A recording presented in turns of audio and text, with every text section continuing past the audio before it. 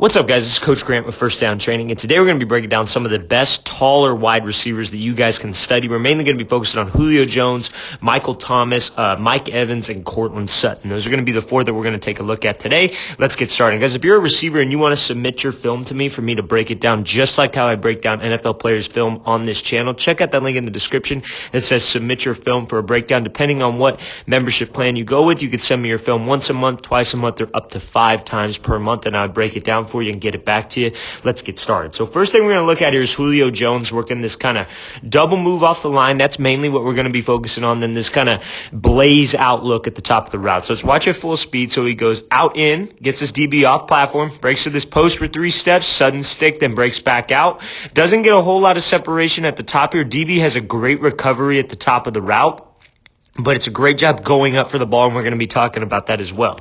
So to get a DB off his platform, especially when we're bigger guys, the main thing is my feet got to be very sudden. Your feet got to be sudden, and your upper half is what's got to move. Because here's the deal. Already being a bigger guy, you're already a vertical threat right off the bat, right? You're already a threat for a jump ball. For a DB's worst nightmare is getting somebody that's mossing you or whatever you want to call it, but just getting beat over the top, right? So we're already a vertical threat. So let's try to be as explosive as I can to use that vertical threat. So you see when Julio, he decides to go out then in, right? And I want you to see just how quick his feet are. His feet just pop in the ground. 1, 2.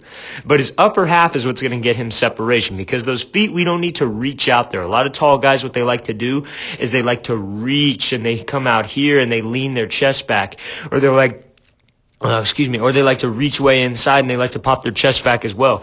I want to try to keep my chest forward, right? I want to keep my chest forward, get my feet sudden and underneath me, but my upper half is what's going to move. You see how violent his upper half is, and that's what gets this DB leaning to the inside, and that's what allows us to take this outside release, right? Imagine if he's running a comeback here. He's in a great position. Imagine if he just has to run a vert. He's in a great position. DB does a good job of recovering, but Julio is going to break to the post on this kind of post out look. And now when we break back out to the outside, DB's in a good position to make a play. This is something that's going to happen to you taller guys a lot. A DB's going to be in a good position to play, or a good position to make a play, or our quarterback's going to trust us in traffic, jump ball, because we're a taller guy, because we're a bigger guy, right? Ryan's a little bit late with this ball right here. I think if it's out on time and he puts it here, we got some separation, but he throws this thing a little late. DB's able to recover. So what do I got to do? I got to go up and make this catch. So anytime I go up and try to make a catch, whether it's in traffic, whether it's a jump ball, whether it's a back shoulder ball, I got to make sure that I go up with strong hands, and the second I catch this thing, I go right to the tuck and I pull it away from this DB. I want to catch and then pull it away and bring that thing right to the tuck to protect this ball, okay? It's a great job by Julio Jones working this double move. Moves off the line are so important for you bigger guys, because bigger guys usually will just run. They'll just come off the line and they'll just run right into somebody, or they'll just try to just go run right up into their route. But if you could create some separation here, it's going to be very hard to guard if you're moving, if you're violent with your upper half, you're sudden with your feet, you're accelerating off the line. Let's watch at full speed again. So just a 1, 2, burst up field, break to the post, 3 steps, break this thing off. Ryan's a little late with it, but we got to bail him out, make a great catch in coverage, or in traffic, I should say. Okay, so now we're going to be looking at Mike Evans running this little quick out route here. So we're going to talk about how he kind of sets this thing up, goes inside of him for 3 hard steps, and then breaks it back out. So let's watch at full speed. So he comes off here, 1, 2, 3. Breaks this thing off, gets him to jump inside, gets him to open up that gate, and then we can push up vertical and go get this, go try to score a touchdown, or just get as much as we can. So now, main thing is when he comes off here, you see how he goes a 1, 2, 3, 4, and kind of gives this little hesitation. So it's just a 1, 2, jab to the outside, right? So a little hesitation, jab to the outside. All this is trying to do is kind of change up maybe the timing of the route, right? We got to remember that sometimes we're not necessarily like, we don't want to make it look like we're just the first read. We don't want to just get out of there right away, right? Or we the first read, second read, or third read on the play. That kind of that matters. That definitely matters in the release that we decide to use and what we decide to do off the line, because a lot of times everybody can know all the fancy moves to do out the line of scrimmage, but what's the right situation to use those moves? Am I using them at the right time, or am I using those moves at the wrong time and I'm not in the right spot for the quarterback to get me the ball, right? So he's probably a longer developing play. I would assume there's probably some kind of action in the backfield, or maybe a motion, and maybe they're selling like a sweep to the opposite way, because it's very common, because everybody loves to talk about how great And Thomas says they throw a lot of slants to him, right? So this is how you build off of that, right? Maybe we work kind of a play action concept. The whole field is going the opposite way. And then Michael Thomas sells like he's just going to try to cross the face of this DB. 3 hard steps, then breaks this thing off. So we got to know the situation, right? As a receiver, we got to know if I'm a first read, second read, or third read. I can't just go out there and run my route, because then all these releases aren't going to matter, because then you're not going to know when to use them. You're not going to know the situation. You're not going to be able to understand the coverage.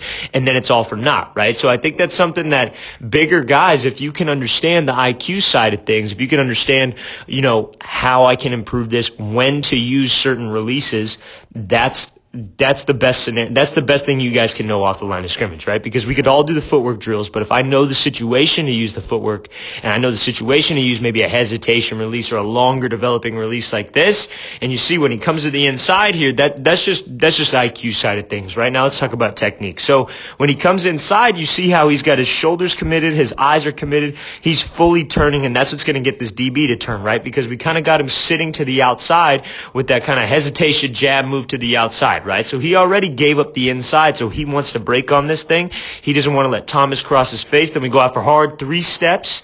He's physical at the breaking point. I think that's something that a lot of receivers need to be able to do, especially bigger guys. When you get this DB to overcommit, whether you're maybe running a diamond release to the outside, whether you're running this kind of almost a diamond to the inside here, we go 1, 2, 3. We've got to swat him by. We got to be physical with my hands. And now bigger guys, especially, I want to continue to gain space from this guy. Let's make sure I pump my arms and accelerate out of this break. It's a great job by Thomas knowing the situation. I can imagine it's a longer developing play. So receivers, we got to know if I'm the first, second, or third read. We got to know what release I can use in this situation for timing. If this is just a quick slant off the ball, like let's say he's the number 1 read, I wouldn't do this like 1, 2, hesitate, jab to the outside. I would probably just do an in-out move and then go. Right? And I would make that believable. You got to have different releases for each route. You got to be able to take an inside release or an outside release for each route. Let's watch it again one more time. It's coming here, a little hesitation, 1, 2, 3. Get him to open up those hips. That's a great job by Michael Thomas using this release to get some separation. Okay, so now we're going to be looking at Mike Evans here. We're going to talk about something that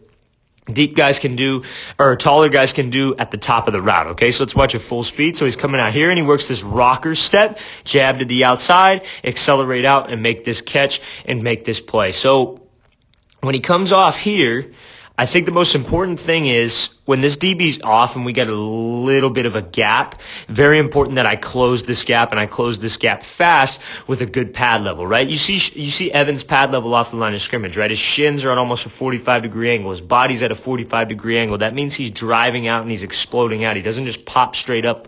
He doesn't just pop straight up off the line and pop his chest up. He's able to actually drive out and attack this guy.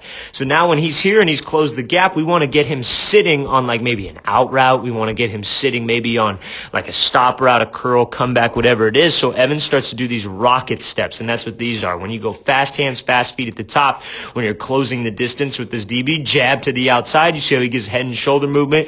DB already had his gate opened up as it is, but those rocket steps let him know, okay, a break's coming. It gets him on those not so much on his heels, but it gets him to kind of sink those hips and expect something.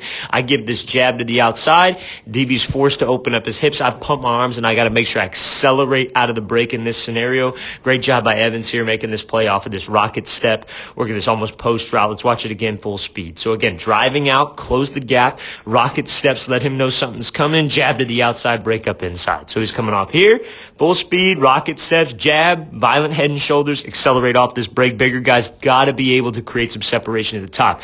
We can't just because I'm big not work on moves at the top of the route. I want to be able to create separation off the line, create separation at the top of the route, but get in and out of my breaks fast. That's the key for a lot of tall receivers. Okay, so now we're going to be looking at this double move here by Courtland Sutton. We're going to be looking at this kind of post and go here. I think it's a little deep to be considered a sluggo, but maybe it would be considered a deeper sluggo, but that's kind of what we're looking at. So I think the main thing here is anytime we're working a double move as a taller guy, and again, you see, look at his pad level off the line of scrimmage. Shin angle's good, shin angle's good. That means he's driving out, and we want to go forward, especially when we're in this catch technique with this DB. And again, we talk about knowing our situation, right? This DB's here. I got to go run this post and go, longer developing route, right? So I can't spend 8 seconds right here trying to get some separation on this guy. I just got to be able to go. He's giving me the inside release because he's got safety help over the middle. So just make sure we attack him, and I'm just going straight forward, right? He's bailing. He's playing man coverage, but he's giving us this inside release, so let's just take it, right? Like I said, you got to be able to run an inside release or an outside release on every single route that you do, but especially on a post and go, an inside release is ideal. He's got safety help, so that's fine. Why wouldn't you play the fade if you have safety help? Let's force him to the inside where I got help. Sutton does a good job of swatting hands right here. Swatting hands, 1, 2, 3. Sutton stick, and he's getting out of this thing. Now, receivers, if we can do this when I run a normal post route, when I run a post and go, when I run an out and up, when I run a sluggo, my feet got to be sudden because that's so hard to guard when you're a bigger guy and you can move fast. So you see how he swats here, and when he comes to this post, he's running full speed, and he's sudden with his feet. He's almost like driving, picking those knees up, staying on those toes, and then lets his whole foot just on the drop of a dime stop him. And his shoulder commitment, his head commitment is what gets this DB to try to be greedy, gets the safety to come over the top. Then I can just pop my foot right in the ground and accelerate up, and you see how he continues to drive out, and he's not looking back for this ball completely until he's got at least maybe a couple yards of space, like 3 steps. That's a great job by Sutton. So anytime we're making a speed cut taller receivers, I got to be sudden with my feet. I got to not give it away by reaching, right? A lot of people like to reach and then drag their back foot. If I can be sudden, I pick my feet up and I run. That's what's going to get me a lot of separation. That's so hard to cover as a receiver. Because imagine if he's in zone and he's in a back pedal, right? And you're running full speed at him. Julio Jones does this all the time. You're running full speed at him. You're a taller guy, maybe 6'2 plus, closing the gap with him, and then you just pop your foot in the ground sudden. No indicator with your pad level. Don't pop your chest up and lean back. Don't reach with that foot. It's going to get you a lot of separation. Let's watch it full speed again one more time. So again, he's here. We got to be physical. Taller guys got to be physical. Got to be sudden with your feet. That's what's going to get you a lot of separation. Great route by Sutton here. All right, guys, I really want to thank you for watching. I really appreciate it. If you have any questions, please leave those in the comments. I'll get back to you as soon as possible. And again, if you want me to take a look at your film, check out that link in the description that says submit your film for a film breakdown. I'll see you guys next time.